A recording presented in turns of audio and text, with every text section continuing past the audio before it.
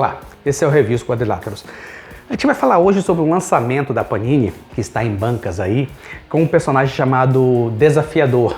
Na verdade, o personagem em inglês se chama Deadman. E, na verdade, botaram como desafiador porque ele era um trapezista, Ele foi um trapezista que acabou sendo assassinado, e Ramakrishna, que seria uma interpretação da força da natureza, ou de um deus feminino, ou algo assim, dá a ele a missão de continuar na Terra. Ele tem o poder de dominar o corpo das pessoas para poder achar o seu assassino. E, nesse meio tempo, servir como uma balança entre manter o bem e o mal, digamos, equilibrados, ou a balança pender um pouco para o lado do bem, quando é necessário. O Desafiador, na verdade, ele sempre teve algumas histórias com uma parceria muito comum com o Batman. E é exatamente o ponto que a gente vai falar desse lançamento da Panini.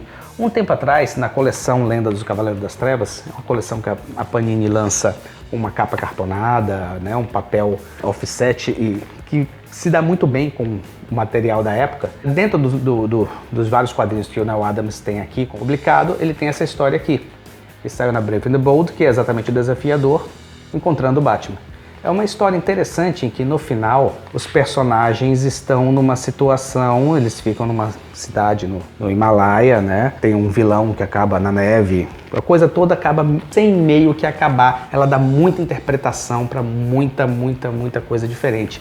Mas o personagem Desafiador, na verdade, ele foi usado várias e várias vezes após isso. Mas nos anos 80, a DC resolveu fazer um lançamento de um material com Andrew Helfner escrevendo e José Garcia Lopes desenhando, que era exatamente a história do Desafiador. Ela começa exatamente no ponto em que aquela história com o Batman terminou, Eles estão em Nanda Parbat. A partir daí, a história se desenvolve. É uma minissérie em 4 números que saiu aqui agora pela Panini. O meu questionamento com a Panini, e uma coisa que eu não entendi, é exatamente o seguinte.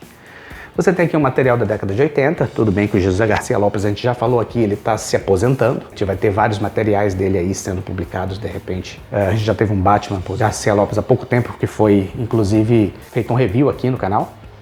E que o meu questionamento, inclusive, foi o mesmo.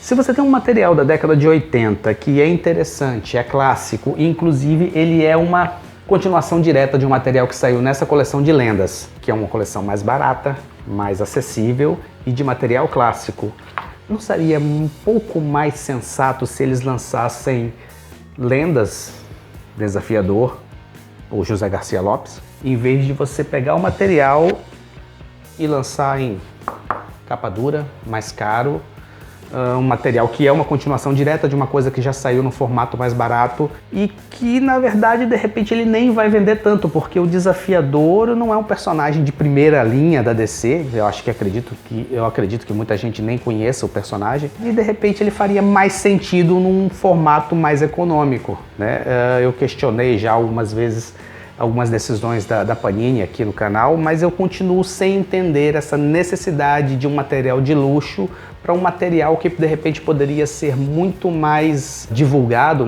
difundido num material um pouco mais acessível. Mas de repente eles sabem o que estão fazendo, e quem não está entendendo sou eu. Mas, de qualquer forma, é um material muito interessante, os desenhos de José Garcia Lopes são excepcionais, e fica aí a dica se você quiser gastar um pouco mais. É um material muito interessante para ler. Talvez não merecesse ou não devesse ter saído num formato tão luxuoso, mas de qualquer forma fica a dica de leitura. Se você gostou, nos acompanhe, dê o like, até a próxima.